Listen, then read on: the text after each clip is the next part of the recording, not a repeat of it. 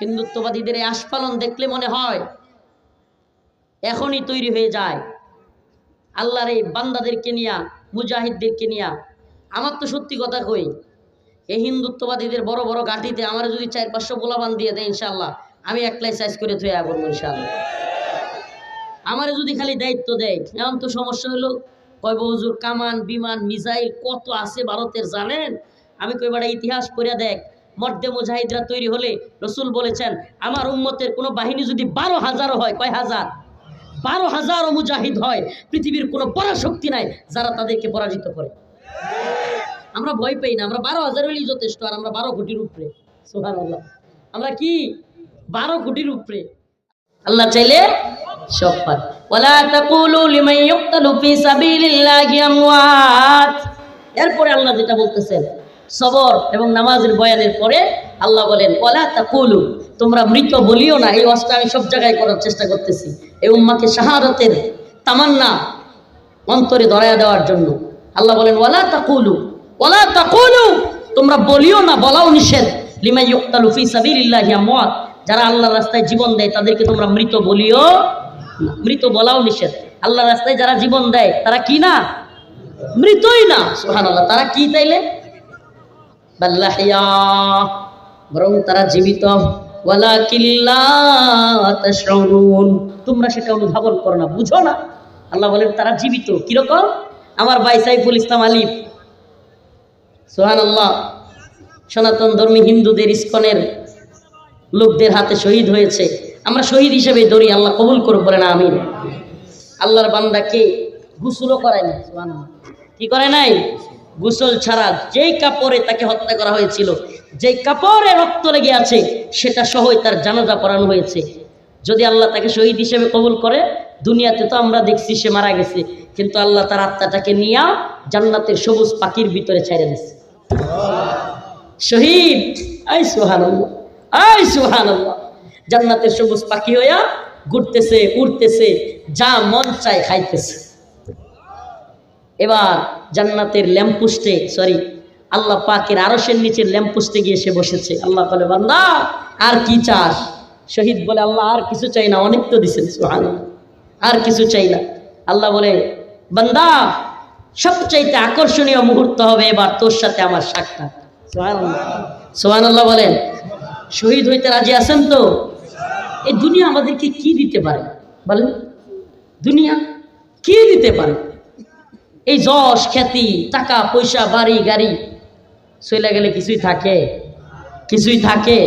কিচ্ছু থাকে না। কত মানুষই তো চলে গেল, আমার আপনার আপনজন চলে গেল, আমরাও চলে যাব, আমরাও চলে যাব, কিন্তু দ্বীনের জন্য কিছু করে যাব ইনশাআল্লাহ। আমার এই জিন্দেগি হিসাব করি, আসেন হিসাব করি, কয় বছর ঘুমাইলাম, কয় বছর খালি খাইলাম, কয় বছর খেলাধুলা করলাম, আর কয় বছর দিন প্রতিষ্ঠার জন্য কাজ করলাম। বছর তো হইতোই না, মাস হইতো না, ঘন্টা হয় কিনা। দিন প্রতিষ্ঠার জন্য কাজ কি আমরা করি? এটা কথাও তো বলি না। আসুন না এই উম্মার মধ্যে জাগরণ তৈরি করি। আর নয় তন্ত্রমন্ত্রের ধ্বজাধারীদের শাসন, আমরা চাই কোরআনের শাসন। আমরা কি চাই? আমরা কোরআনী শাসন চাই। ইম্মা শরিয়া ও ইম্মা শাহাদা, হয়তো শরীয়ত নয়তো শাহাদাত। আসেন সবাই একে অপরকে এই কথা বোঝায়, কোরআন সুন্নাহর শাসন ছাড়া শান্তি মুক্তি কামিয়াবি আসবে না। শান্তি মুক্তি কামিয়াবির পথ কোরআনের পথ নাকি তন্ত্রমন্ত্রের পথ? হ্যাঁ, তন্ত্রমন্ত্রের পথে শান্তি মুক্তি কামিয়াবি নাই। একমাত্র পথ যেটা শান্তি মুক্তি কামিয়াবির, সেটা হলো কোরআনের পথ। এসব কোরআনের পথে সবাইকে দাওয়াত দিলাম। বোয়াপুরের মুসলমান, শরীরটা খুবই অসুস্থ, কিন্তু এই যে প্রোগ্রামে আসলে জুসে, বিশেষ করে হিন্দুত্ববাদীদের আস্ফালন দেখে শরীর আর অসুস্থ থাকে না। হিন্দুত্ববাদীদের এই আস্ফালন দেখলে মনে হয় এখনই তৈরি হয়ে যায় আল্লাহর এই বান্দাদেরকে নিয়া, মুজাহিদদেরকে নিয়া। আমার তো সত্যি কথা কই, এই হিন্দুত্ববাদীদের বড় বড় গাঠিতে আমার যদি 4-500 গোলাবান দিয়ে দেয় ইনশাআল্লাহ আমি একলাই সাইজ করে থুয়ে আবরব ইনশাআল্লাহ। আমার যদি খালি দায়িত্ব দেয়। এমন তো সমস্যা হলো, কয় হুজুর কামান বিমান মিসাইল কত আছে ভারতের জানেন? আমি কই বেটা ইতিহাস পড়ে দেখ, মর্দে মুজাহিদরা তৈরি হলে রসুল বলেছেন আমার উম্মতের কোনো বাহিনী যদি 12,000 হয়, কয় হাজার, 12,000 মুজাহিদ হয়, পৃথিবীর কোনো পরাশক্তি নাই যারা তাদেরকে পরাজিত করে। আমরা ভয় পাই না, আমরা 12,000 হলেই যথেষ্ট, আর আমরা 12 কোটির উপরে। সুবহানাল্লাহ, আমরা কি 12 কোটির উপরে। আল্লাহ রসুল কয় মুহাম্মদ আরবির দুই ঠোঁটের মাঝখান দিয়া জীবনে কোনোদিন মিথ্যা বাইর হয় না। সুবহানাল্লাহ, বেরিয়েছে।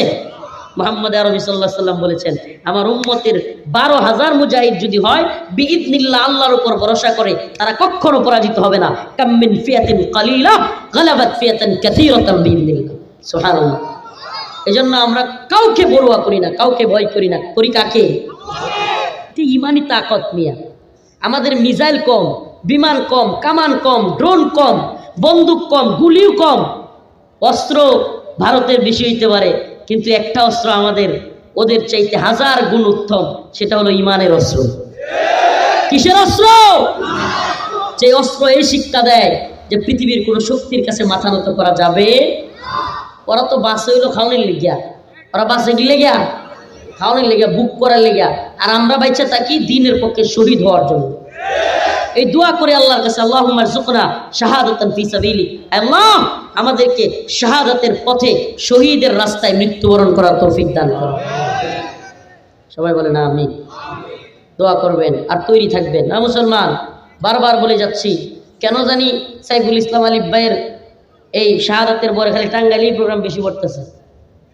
তো আপনাদেরকেই তৈরি করি মুসলমান।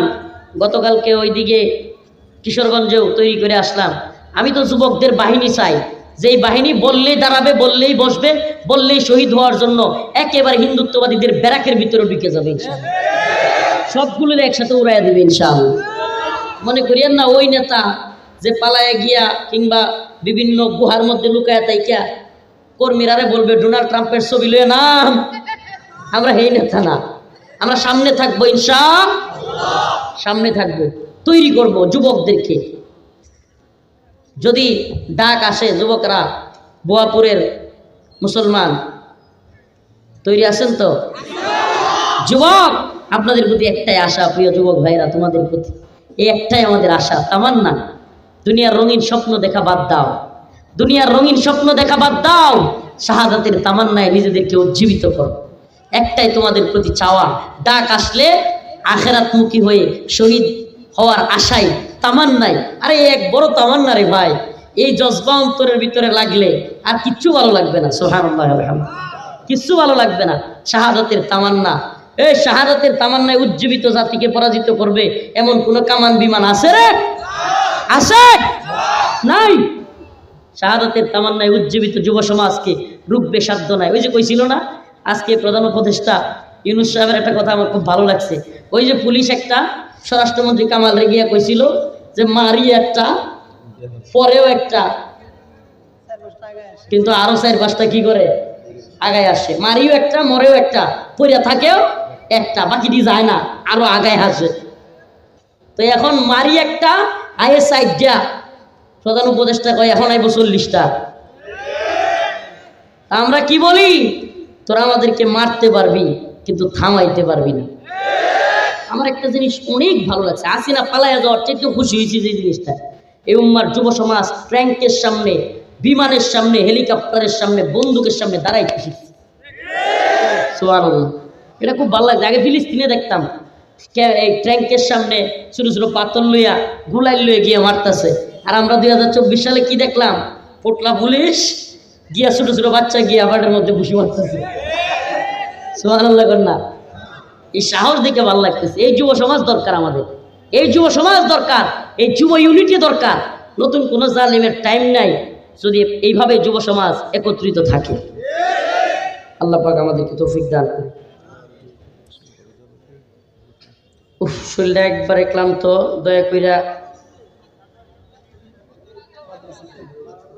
সুবহানাল্লাহ ওয়া বিহামদিহি 12টার উপরে বাজে, আমার জন্য খাস করে দোয়া করবেন। আমার মাথা মাঝে মাঝে ঘোরায়, রিমঝিম করে ঘোরানো শুরু করে। আসলে এটা আল্লাহ পাকের খাস মেহরবানি। বয়ানের মঞ্চে বসলে অনেক সময় খেয়ালই থাকে না আমি যে অসুস্থ, মাঝে মাঝে খেয়ালই থাকে না, কিন্তু পরক্ষণেই যখন না আমি বিশ্বাস করবেন কিনা মাথা ঘুরে পুরি জিতেছে, কি এতক্ষণ তো বুঝলাম না, এখন খাইনি কি।